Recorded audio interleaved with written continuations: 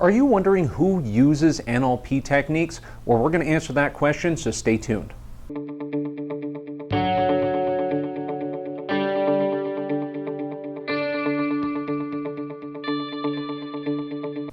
All right, welcome back. That big question, where can NLP techniques be used? Who uses them?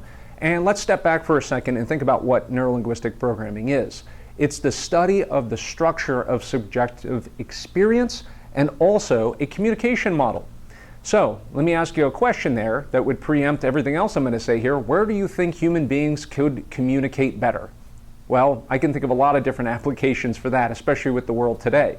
So NLP has its roots in studying therapists who are already successful at getting results with clients consistently, and the originators modeled those therapists to extract those learnings so that they could teach it to other people in a way that would shortcut the process and start getting therapists to be more consistently successful. But very quickly NLP realized, and the originators did, that you could model a lot of different things. You could figure out how people were more successful with business, in their health, in fitness and wellness, or in business and sales, all of these different areas, that when people are successful, they have a tendency to do things in a certain way.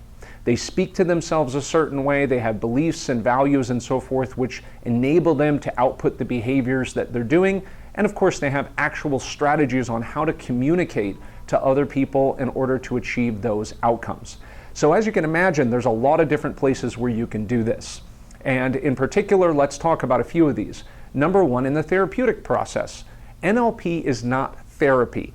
NLP is a way of thinking, and there's a lot of techniques that can be used within the realm of NLP that you can apply to therapeutic processes. So these NLP techniques can be used by psychologists, psychotherapists, in cognitive behavioral therapy. Very great uses for these techniques. The same thing as hypnosis.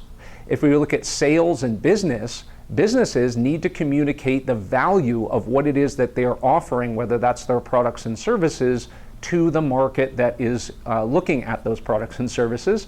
So in order to communicate, you have to use language. You have to understand how the prospect thinks so that you can present your products and services in a way that's appealing to them. So it is used in influence. Let's look at health. Let's look at medicine. Doctors, the better they can communicate to patients, the better health outcomes are, to create rapport with patients and to create better therapeutic alliances and relationships can be profoundly impactful. If you're a fitness trainer or a yoga instructor or anything like that, the better your communication is, the better you can clearly identify areas where an individual might be stuck at making behavioral changes, eating better, sticking to their fitness routine, anything like that. What about life coaching? That's another perfect example. Life coach's job is to help people become more motivated to achieve outcomes and objectives that they want to achieve in their lives. And NLP techniques can be profoundly impactful for helping people overcome some of the challenges that they may experience in their day-to-day life. So as you could tell, this video could go on and on about all of the different types of areas where NLP techniques can be utilized and who could use them. But in my opinion, everybody. There's different applications certainly for those things, but at the end of the day, anywhere where you can improve communication, improve influence, and help people understand each other better is where NLP is going to shine. So I hope you enjoyed this video. Any comments or questions, be sure to post those below. Give me a thumbs up, and of course, subscribe to the channel for new videos coming up soon. Thanks for watching.